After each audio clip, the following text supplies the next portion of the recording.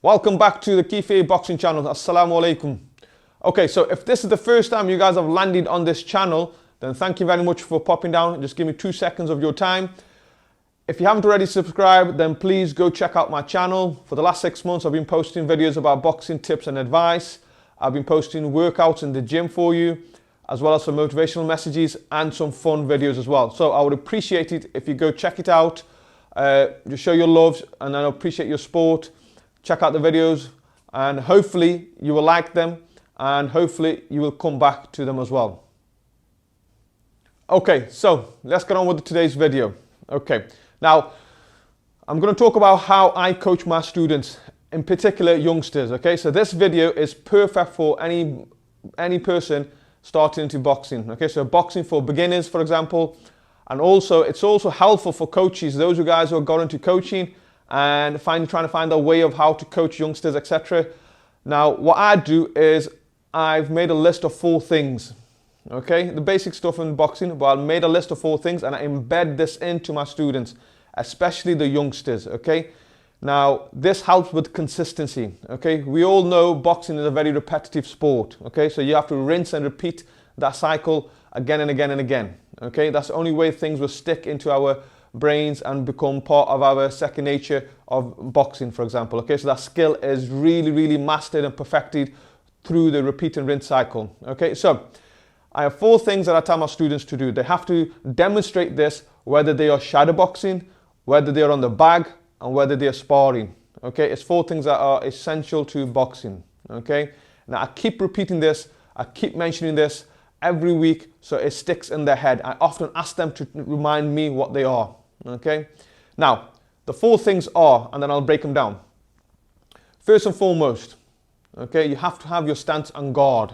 Okay, your stance and guard has to be the first thing you get the students into. Okay, get them comfortable into them, work on the balance in that, and get them to understand what the stance and guard is and the importance of it. Okay, number 2 is I work on their footwork and movement. Okay, I explain to them a boxer who has good footwork will make boxing look easy and become more effective at it. Okay, then I speak to them about punches. Okay, the technique of punches, what the punches are. Okay, I also operate a 10 punch system in my classes. Now I will be setting out a new video on the 10 punch system, so please stay tuned for that later in the week or next week hopefully. Okay. And number 4 is defense. Okay, I teach them defense, the different forms of defense, and I stress to them that defense is just as important as the offense in terms of the punches. Okay, so let's break them 4 things out a bit more and give you some tips about them. Okay, so number 1 is a stance and guard. Okay, the stance and guard is crucial. When I see my kids fighting on the bag, for example, if their stance and guard is incorrect, I'll stop them there and then and focus on the basic of the stance and guard. Okay. Now, what I like to do is I get the youngsters to stand with their feet shoulder width apart. Then I ask them to step forward with their lead foot. This is obviously after finding out whether they're left-handed or right-handed, whether they're orthodox or southpaw. Okay. So once we found that out, then I tell them to step forward with the lead foot. So nice good step forward, and then from there we turn our feet facing. If I had a clock in front of me, for example, number 12 there, number 3 there, my front foot will be facing number 1 and the back foot will be between 2 and 3. Okay, now once you're boxing, your footwork can move different places. Okay, when you're punching you might twist, etc. That's fine, but the base is to come back into this position here.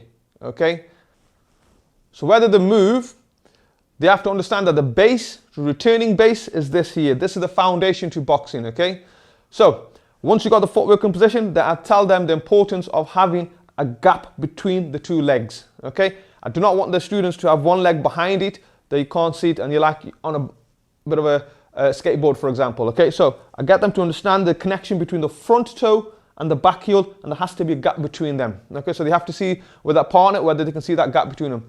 Then I ask them to get a bit of a bend in the knees so they're able to just rock forward and back.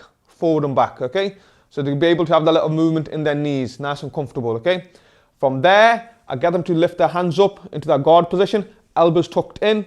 Now one hand right next to the chin, side of your chin here, and one just in front.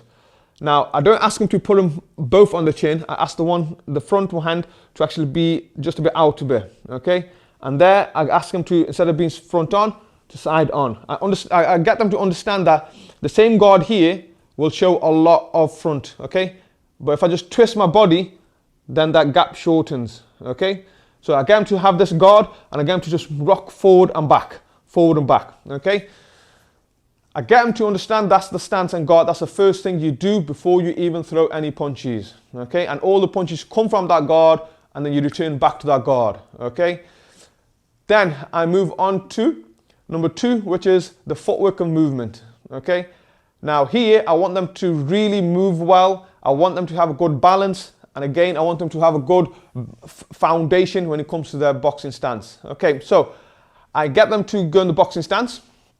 Okay, now I'll go through different movements just so they understand what the boxing is. So the first basic one will be just skip forward and back in that boxing stance. Now, some of the kids will just walk forward. Okay, this is where I stop them. I'll say, no, I want you to skip forward and back. Okay, going forward, pushing off the back foot. Going back, pushing off the front foot, okay? Keeping that consistency moving there. Keeping that consistent movement and talking about the footwork, not bringing it close as well, okay? Once you've got them going forward and back, again, making sure the hands are up, okay?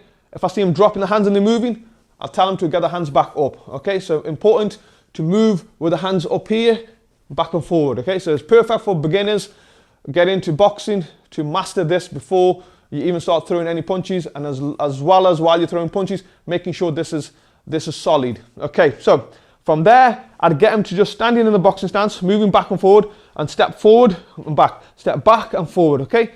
Just have a little movement going, yeah, so they get used to it. Then I might even get them to bounce forward and back, okay, forward and back. Then I might even get them to move to a side, for example. So from here, just step to a side, yeah? Step to a side, step to a side. All these little movements, and that footwork to help them move more freely, more effectively, and when it comes to boxing, they'll be able to get in and out easily, okay? Once they got used to moving around, I get them when they're on the bag and make sure that they throw punches on the bag and get out. So they go in, punch, punch, punch, back out. Go in again, punch, punch, punch, back out.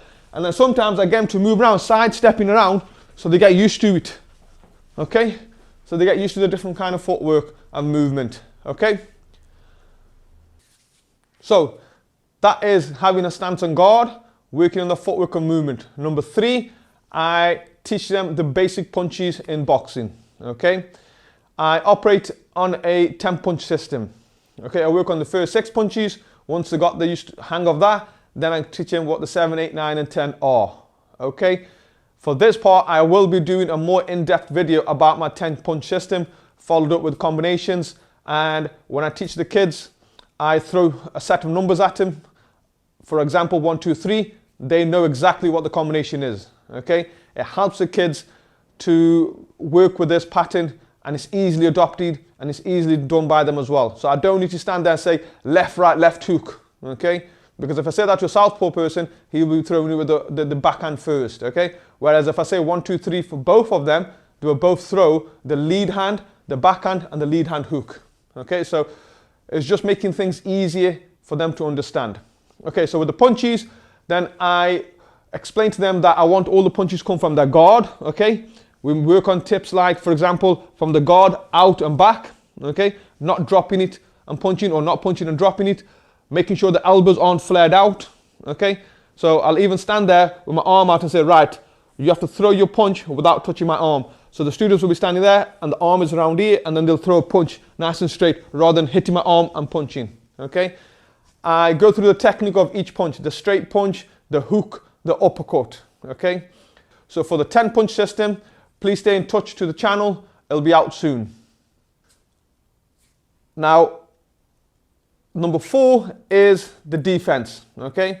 I explained to them the importance of the defense. I explained to them the 3 different categories: the hand defense, trunk and body defense, and foot defense. Now, just a side note, I will be making more videos on the defense series as well, so please stay in touch with that. You'll get more in-depth information about this, okay?